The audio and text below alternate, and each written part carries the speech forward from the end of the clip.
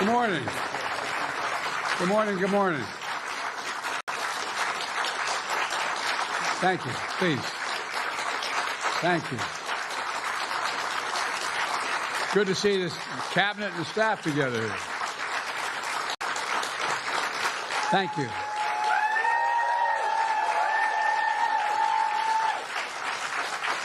Thank you, thank you, thank you. Please.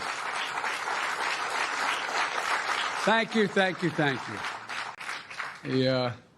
It's good to see you all. Particularly good to see my granddaughter sitting in the front row here. Hi, Finn. How are you, honey?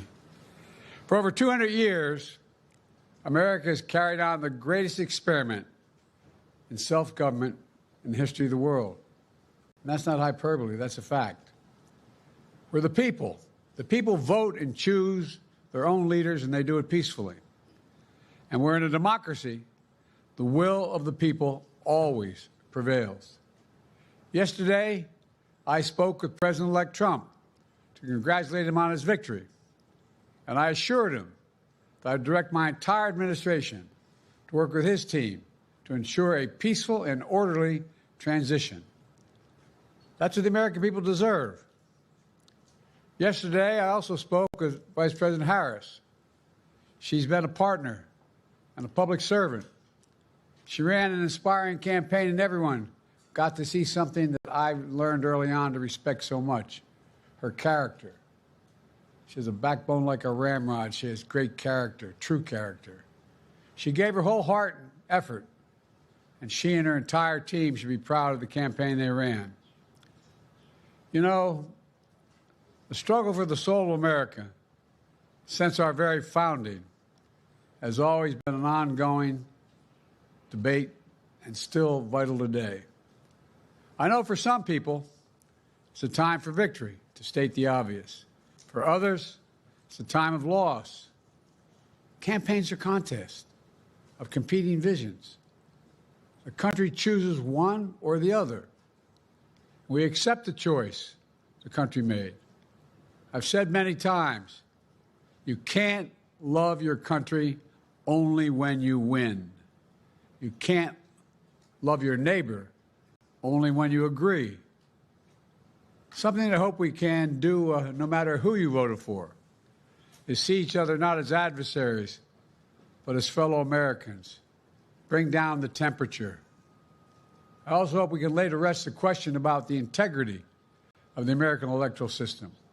It is honest, it is fair, and it is transparent. And it can be trusted, win or lose. I also hope we can restore the respect for all our election workers who busted their necks and took risks at the outset. We should thank them. Thank them for staffing voting sites, counting the votes, protecting the very integrity of the election. Many of them are volunteers who do it simply out of love for their country. And as they did their duty as citizens, I will do my duty as president. I'll fulfill my oath, and I will honor the Constitution. On January 20th, we'll have a peaceful transfer of power here in America. To all our incredible staff, supporters, cabinet members, all the people who've been hanging out with me for the last 4 years, God love you, as my mother would say. Thank you so much. You put so much into the past 4 years. I know it's a difficult time. You're hurting. I hear you and I see you. But don't forget all that we accomplished. It's been a historic presidency. Not because I'm president, because what we've done, what you've done. A presidency for all Americans. Much of the work we've done is already being felt by the American people, but the vast majority of it will not be felt over the next 10 years. We have legislation we passed that's just only now just really kicking in. We're going to see over $1 trillion worth of infrastructure work done, changing people's lives in rural communities and communities that are in real difficulty because it takes time to get it done. And so much more it's going to take time, but it's there. The road ahead is clear, assuming we sustain it. There's so much we can get done.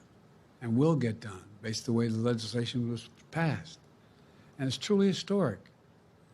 You know, we're leaving behind the strongest economy in the world. I know people are still hurting, but things are changing rapidly. Together, we've changed America for the better. Now we have 74 days to finish the term, our term. Let's make every day count. That's the responsibility we have to the American people. Look, folks, you all know it in your lives. Setbacks are unavoidable, but giving up is unforgivable. Setbacks are unavoidable, but giving up is unforgivable. We all get knocked down, but the measure of our character, as my dad would say, is how quickly we get back up. Remember, a defeat does not mean we are defeated. We lost this battle. The America of your dreams is calling for you to get back up. That's the story of America for over 240 years and counting. It's a story for all of us, not just some of us. The American experiment endures. We're going to be okay, but we need to stay engaged. We need to keep going. And above all, we need to keep the faith. I'm so proud to have worked with all of you. I really mean it. I sincerely mean it. God bless you all. God bless America. And may God protect our troops. Thank you, thank you, thank you.